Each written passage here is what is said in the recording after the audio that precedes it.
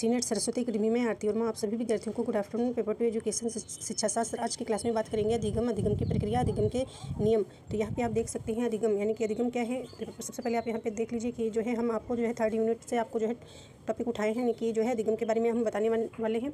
3rd unit से है आपका 3rd यूनिट आपकी शिक्षार्थी तथा अधिगम प्रक्रिया हो जाती है, जिसमें से आपका 3rd अध्याय है अधिगम के नियम सिद्धांत, जिसमें हम अधिगम और नियम के सिद्धांत के अंतर्गत हम आपको आज पढ़ाने वाले हैं अधिगम या ज्ञानार्जन कह सकते हैं, अधिगम की प्रक्रिया, अधिगम के नियम। 3 हेडिंग से आज आपको पढ़ाएंगे। तो यहाँ पे आप देख लीजिए, स्टार्ट करती हूँ।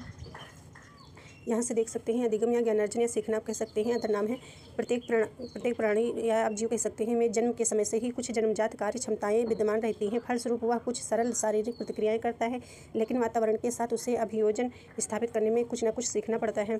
इस प्रकार जन्म उपरांत वातावरण के संपर्क से प्राणी अपनी जन्मजात शारीरिक कार्यक्षमता को बढ़ाता है।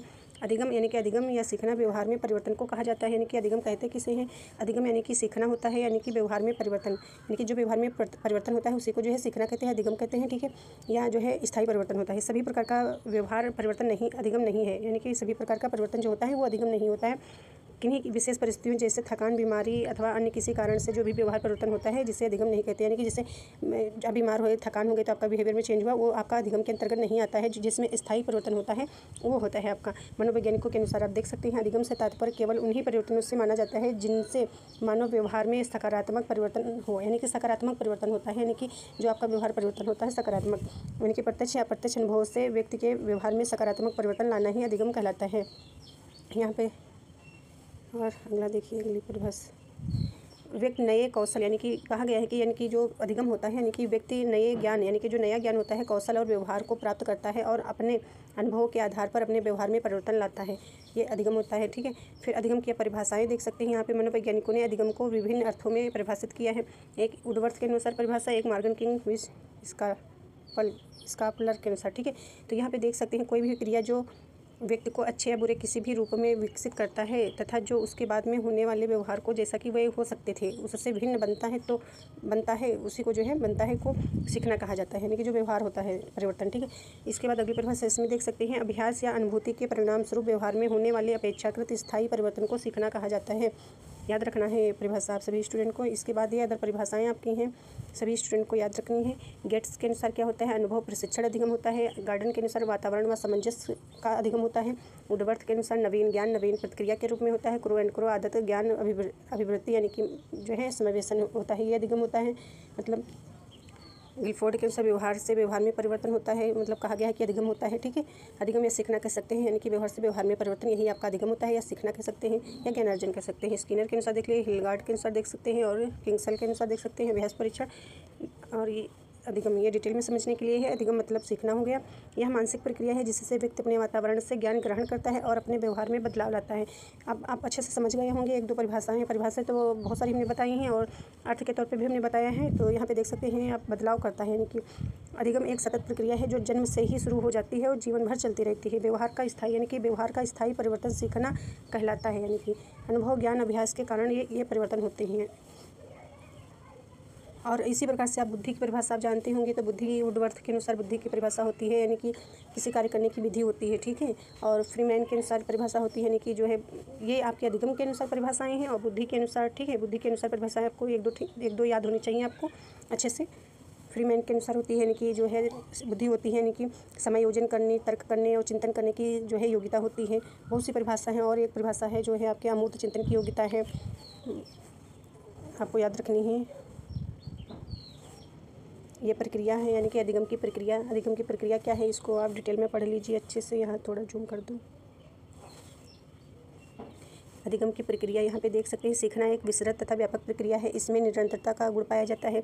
यह क्रिया विभिन्न सोपानों से होकर संपन्न होती है। स्मिथ ने इस सोपान को, ये आपका पॉइंट है, ये इससे प्रश्न पूछा जाता है कि अधिगम की प्रक्रिया किसने दी है, मतलब सोपान। ठीक है, तो सोपानों की सार रूप में निम्न प्रकार से चर्चा की है। संक्षिप्त रूप में सीखने की प्रक्रिया में कोई अभिप्रेरक या चालक, कोई आकर्षक लक्ष्य और इस लक्ष्य की प्राप्ति से संबंधित कोई बाधा या कठिनाई उपस्थित रहती है। ये सभी बहुत आवश्यक है। ठीक है। ये आपका संक्षिप्त में बताया गया है कि अभिप्रेरक या चालक, इसे अभिप्रेरक या चालक आप बोल सकते हैं। कोई आकर्षक लक्ष्य और इस लक्ष्य की प्राप्ति से संबंधित कोई बाधा या कठिनाई उपस्थित रहती है, ये सभी आवश्यक है, ये सभी बहुत आवश्यक। स्मिथ के कथन पर विचार करने से निष्कर्ष निकलता है कि उन्होंने सीखने की प्रक्रिया के प्रथम सोपान के रूप में, यानी कि एक प्रथम सोपान के रूप में अभिप्रेरक या चालक की चर्चा की है।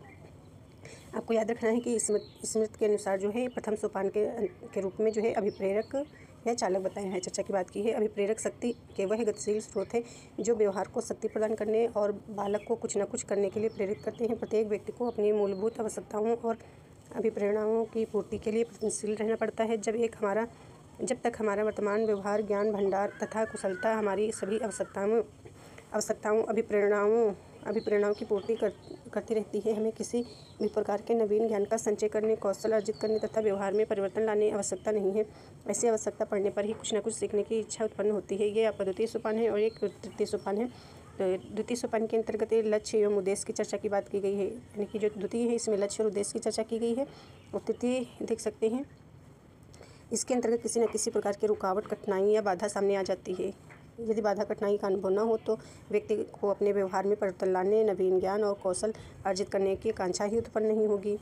तीसरा सोपान भी अधिगम प्रक्रिया में महत्वपूर्ण स्थान रखता है। ठीक है, तो यहाँ पे इतना आप समझ लीजिए अच्छे से। आपके अपना पेपर के हिसाब से आपको पढ़ना है कि आपका पेपर जो है जल्दी से अच्छे से इस बार निकल जाए, जो न्यू बच्चे हैं या जो पहले पेपर दे चुके हैं। ठीक है, तो इतना आपको पढ़ना है इस हिसाब से कि आपका जो है अच्छे से नॉलेज हो जाए आप सभी को, क्योंकि पेपर ही निकलने से मतलब भी नहीं है, क्योंकि आपको जो है प्रोफेसर भी बनना है ना। तो इस हिसाब से आपकी पढ़ाई होनी चाहिए, क्योंकि यदि आपको आता नहीं तो पढ़ाएंगे कैसे बच्चों को। ठीक है, तो यहाँ पे और डिटेल में इसको पढ़ लीजिएगा। इसके बाद आप देख सकते हैं नियम, ये जो नियम बताए गए हैं। ठीक है, अधिगम के नियम किसने दिए हैं, प्रश्न आपसे पूछा जाए तो आप बता सकते हैं। जैसे ये अधिगम, ठीक है, तो अधिगम आप जानते हैं, इसको सीखना बोलते हैं। अधिगम का दूसरा नाम या आप ज्ञानार्जन कह सकते हैं। तो यहाँ आपसे पूछा जा सकता है, जैसे हमने आपसे पूछा कि जो है आप बताइए अधिगम के नियम किसने दिए हैं, तो आपको बताना है थर्नडाइक ने दिए हैं। और ये पूछें कि ये जो है अधिगम के नियम कितने प्रकार के होते हैं, मतलब, तो आपको बताना है कि ये 2 प्रकार के होते हैं। ठीक है,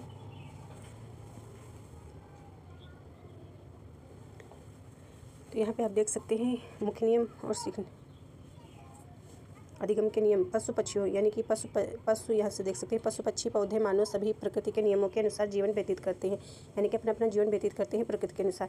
इसी प्रकार सीखने के भी कुछ नियम हैं। सीखने की प्रक्रियाएं इन्हीं नियमों के अनुसार चलती हैं। E.L. थर्नडाइक, यानी कि थर्नडाइक का जो है पूरा नाम आप ऐसे याद रखिएगा। E.L. थर्नडाइक ने सीखने के कुछ नियम बताए हैं जिनका प्रयोग से, यानी जिनके प्रयोग से अध्ययन अध्यापन प्रक्रिया को अधिक प्रभावशाली बनाया जा सकता है। उन्होंने सीखने के 2 नियम बताए, यानी कि इसमें तीन नियम, यानी कि कहने का मतलब है एक नियम जो आपका बताए हैं मुख्य नियम, उसके अंतर्गत जो है आपके 3 नियम है, और जो गौण नियम है ये जो है सेकेंडरी नियम है। तो ये ऐसे आप समझिए कि नियम ये जो लिखा हुआ है, ठीक है, नियम इनके 2 नियम है। एक यानी कि हो गया सीखने का मुख्य नियम हो गया, ठीक है, मुख्य नियम, यानी मुख्य नियम के अंतर्गत 3, और एक आपका हो गया गौड़ नियम। ठीक है, गौड़ मतलब सेकेंडरी नियम आपका हो गया, जिसके अंतर्गत आपके 5 प्रकार के नियम हैं जो थर्नडाइक ने बताए हैं। ठीक है, तो ये सभी आप स्टूडेंट को पता है भाई, इसको हम पढ़ा रहे हैं अभी। ठीक है, इसके अंतर्गत अधिगम के नियम के अंतर्गत, और दिया किसने है, थर्नडाइक ने दिए हैं। तो यहाँ पे इतना समझ में आया होगा। और आगे देखिए यहाँ पे सीखने के मुख्य नियम। ठीक है, तो यहाँ पे आप देख सकते हैं तत्परता का नियम हो गया, 3 नियम हैं। तो आप देख सकते हैं सीखने के नियम के अंतर्गत जो है आपके तत्परता का नियम आया, अभ्यास का नियम आया और परिणाम का नियम आया। यानी कि आपको ऐसे याद रखना है कि एक होता है आपका तत्परता का नियम, एक होता है अभ्यास का नियम, एक होता है प्रभाव का नियम। यहाँ पे परिणाम का लिखा हुआ है, तो आप पहले प्रभाव का नियम कर लीजिएगा, यहाँ पे ऐसे याद करिएगा।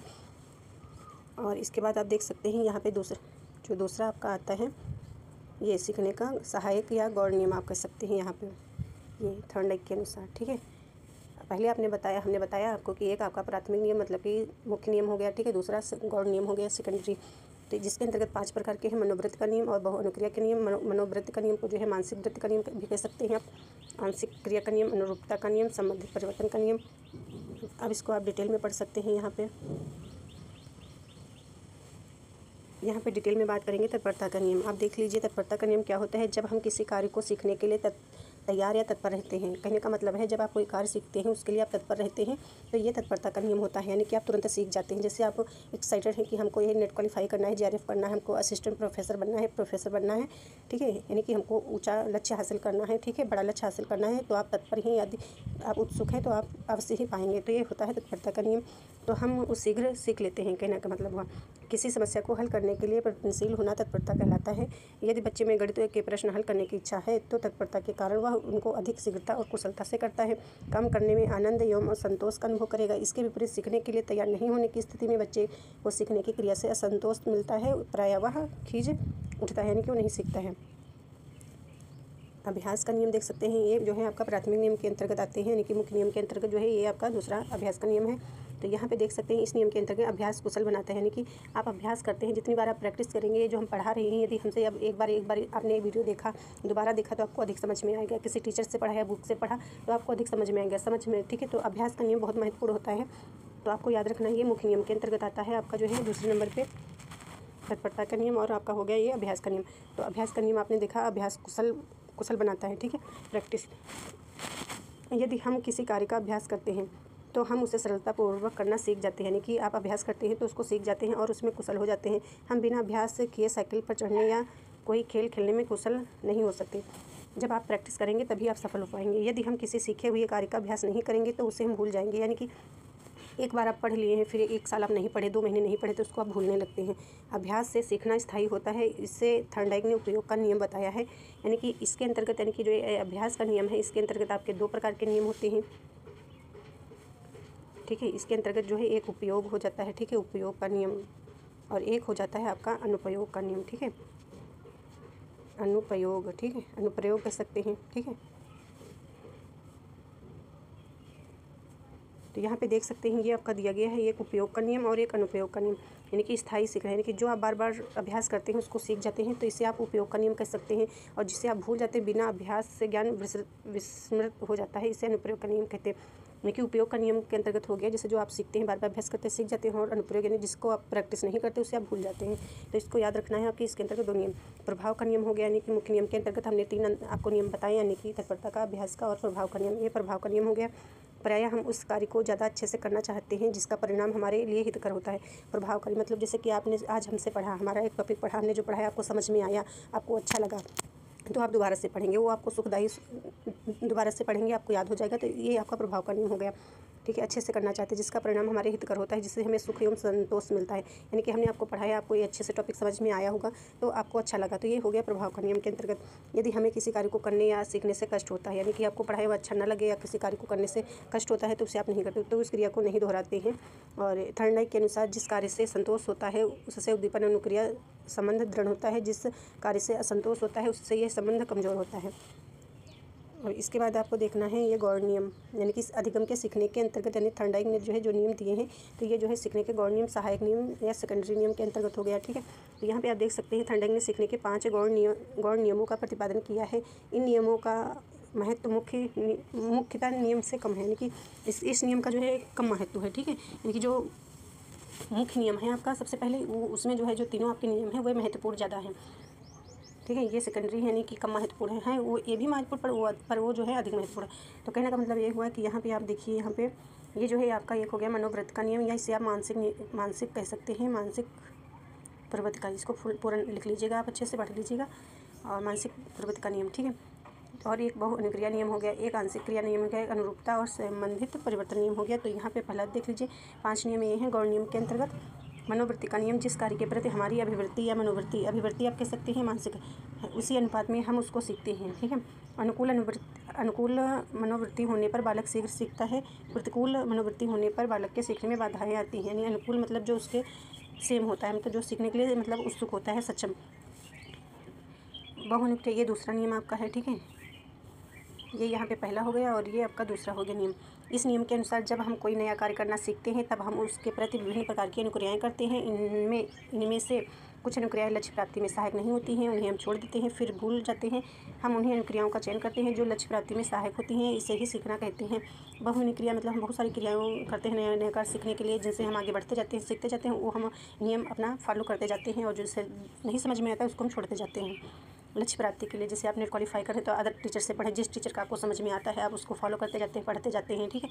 हर टीचर का पढ़ाई वो समझ में नहीं आता है, मतलब टीचर हर कोई अच्छा पढ़ाता है, अपने हिसाब से सारे टीचर अच्छे पढ़ाते हैं, ऐसा नहीं कि कोई टीचर अच्छा नहीं पढ़ाता है, सभी अच्छे पढ़ाते हैं, समझने की बात है। कोई स्टेप बाय स्टेप पढ़ाता है, कोई किसी तरीके से, तो सीखने के लिए जो है अलग अलग जैसे आप मानसिकता होती है, जैसे कि किसी कोई हाई लेवल से पढ़ाता है, कोई किसी तरीके से समझने के लिए, तो वो बात अलग है। यहाँ पे आगे देखिए,